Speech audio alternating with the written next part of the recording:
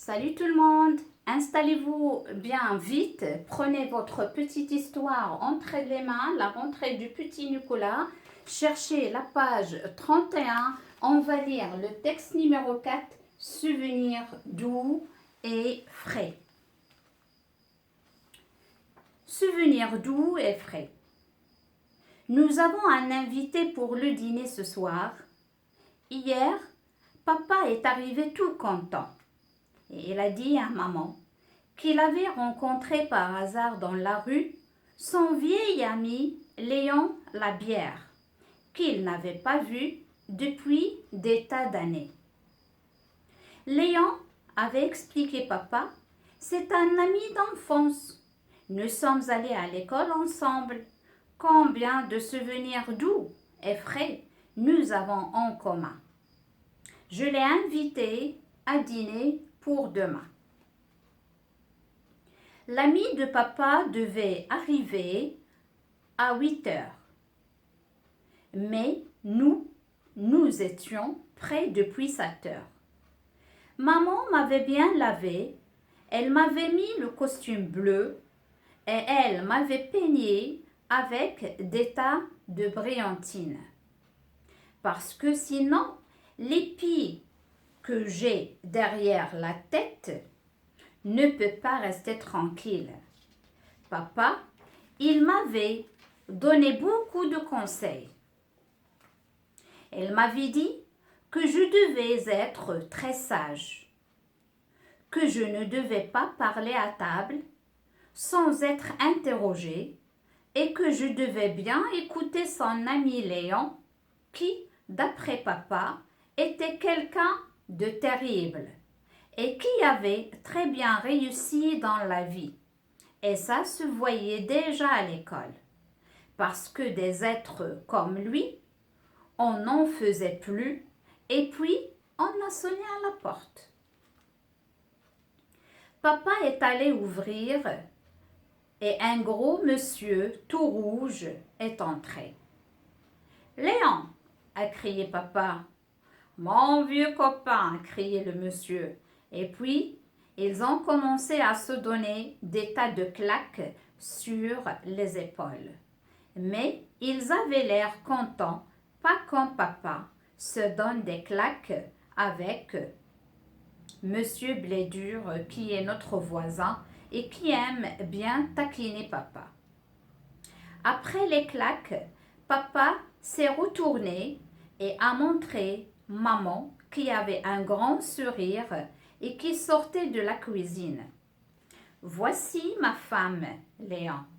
Chérie, mon ami Léon Labière. » Maman a avancé la main et monsieur Labière s'est mis à secouer la main.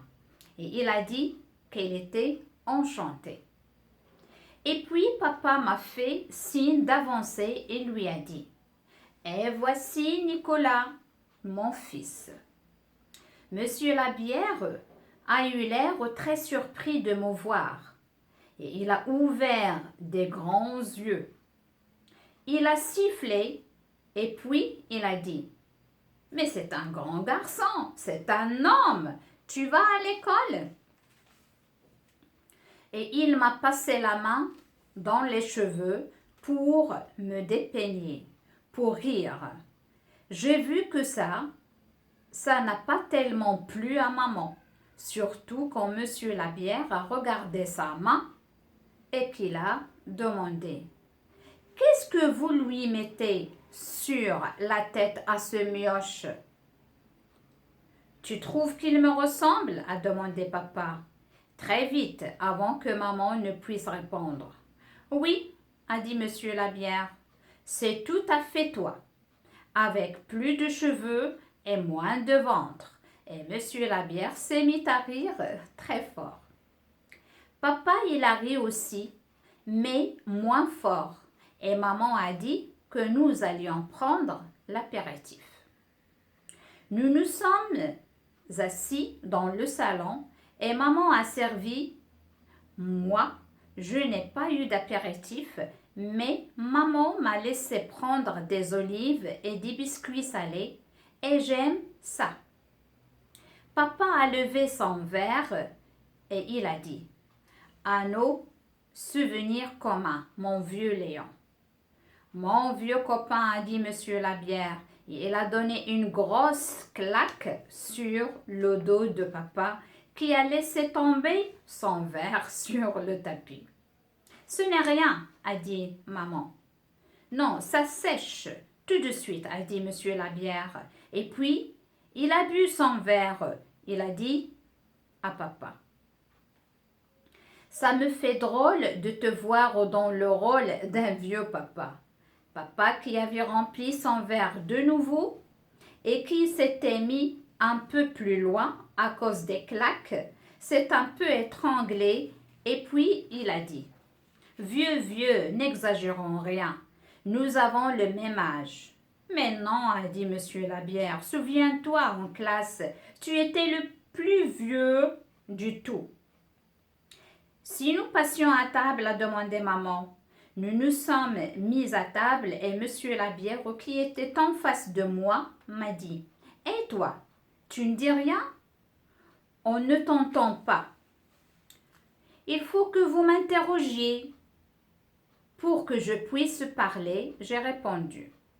Ça a fait beaucoup rire Monsieur Labière. Il est devenu tout rouge, encore plus rouge qu'avant, et il a donné des grandes claques, mais sur la table cette fois-ci, et les verres faisaient clink. Quand il eut fini de rire, Monsieur Labière a dit à papa que j'étais drôlement bien élevé. Papa a dit que c'était normal. Pourtant, si mes souvenirs sont exacts, tu étais un terrible, a dit Monsieur Labière.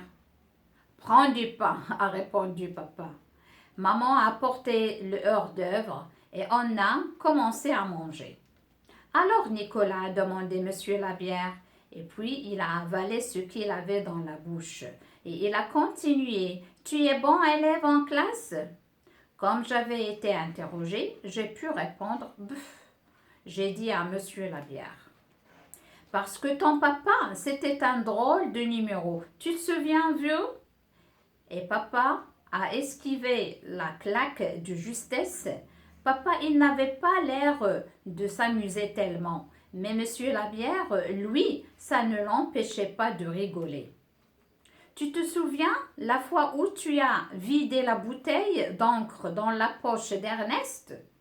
Papa, il a regardé Monsieur Labière, il m'a regardé moi et il a dit: bouteille d'encre? Ernest?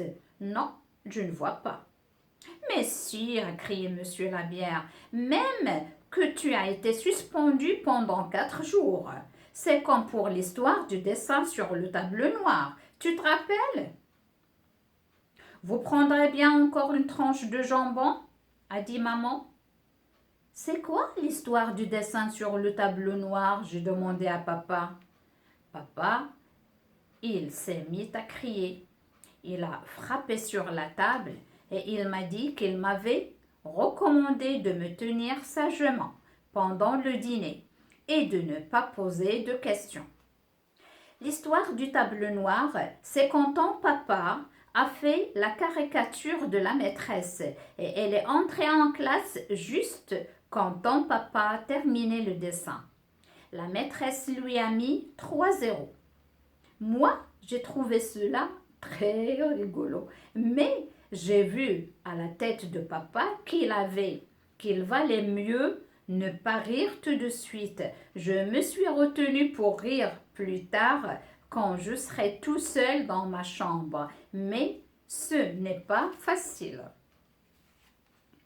Maman a apporté le rôti et papa a commencé à le découper. 8 fois 7, ça fait combien? M'a demandé Monsieur Labière. 56, monsieur, je lui ai répondu. On l'avait appris ce matin à l'école, une veine. Bravo, a crié Monsieur Labière. Et tu m'étonnes, parce que ton père en arithmétique. Papa a crié, mais lui, c'était parce qu'il venait de se couper le doigt à la place du rôti. Papa s'est sucé le doigt pendant que Monsieur Labière, qui est vraiment un monsieur très gai, riait. beaucoup et disait à papa qu'il n'était pas plus adroit qu'avant. C'était comme la fois à l'école avec le ballon de football et la fenêtre de la classe. Moi, je n'ai pas osé demander quelle était l'histoire du ballon et de la fenêtre. Mais à mon avis, je crois que papa a dû la casser, la fenêtre de la classe. Maman a apporté le dessert en vitesse.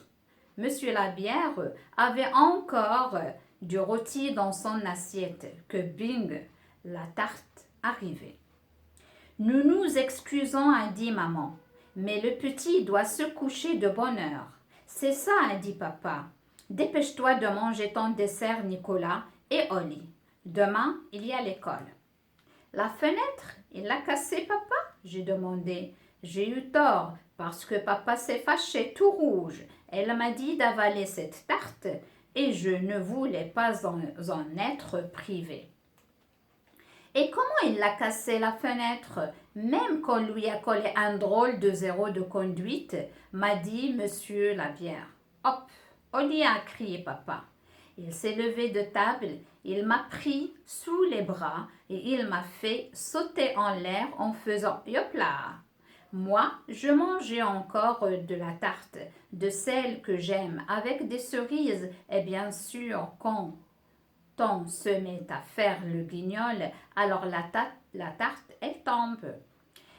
Elle est même tombée sur le veston de papa, mais papa était tellement pressé que j'aille me coucher et il n'a rien dit, et qu'il n'a rien dit. Plus tard, j'ai entendu maman et papa qui montaient dans leur chambre. Ah, disait maman, combien de souvenirs doux et frais vous avez en commun. Ça va, a dit papa, qui n'avait pas l'air content. Je ne suis pas prêt de le revoir, le lion. Eh bien, moi, je trouve que c'est dommage de ne plus revoir. Monsieur Labière, je le trouvais plutôt chouette. Surtout aujourd'hui, j'ai ramené un zéro de l'école et papa ne m'a rien dit. Alors, je viens de terminer la lecture du texte numéro 4. Alors, comme vous voyez, Monsieur Labière est un invité du soir chez le papa ou bien chez la famille de petit Nicolas. C'est un ancien camarade du papa. Les souvenirs qu'il va raconter sur la table, c'est que le papa de Nicolas a fait des bêtises lorsqu'il était enfant. Mais le papa, bien sûr, elle est gênée. Elle est fâchée parce qu'il ne veut pas que son fils et sa femme connaissent ses bêtises ou bien ce qu'elle a fait lorsqu'elle était enfant.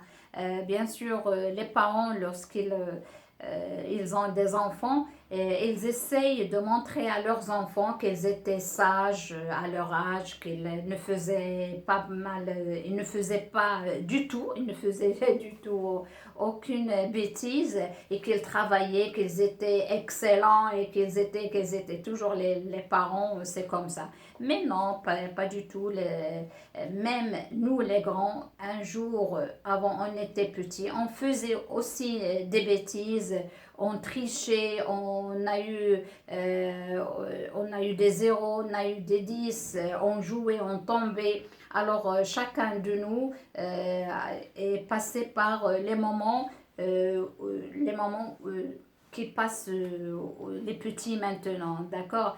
Alors c'est pour cela, monsieur Labière, il est fier de lui et il n'arrête pas de rigoler et de faire... c'est comme de claquer. Chaque fois, il donne des claques sur l'épaule de son ami, le papa de Nicolas. Et le papa, bien sûr, n'est pas content, surtout lorsqu'il a entendu les bêtises qu'il faisait. Alors c'est pour cela la maman chaque fois elle fait des interventions parfois pour déposer le rôti même si l'invité n'a pas terminé son rôti, il a vite déposé la tarte comme dessert. C'est pour dire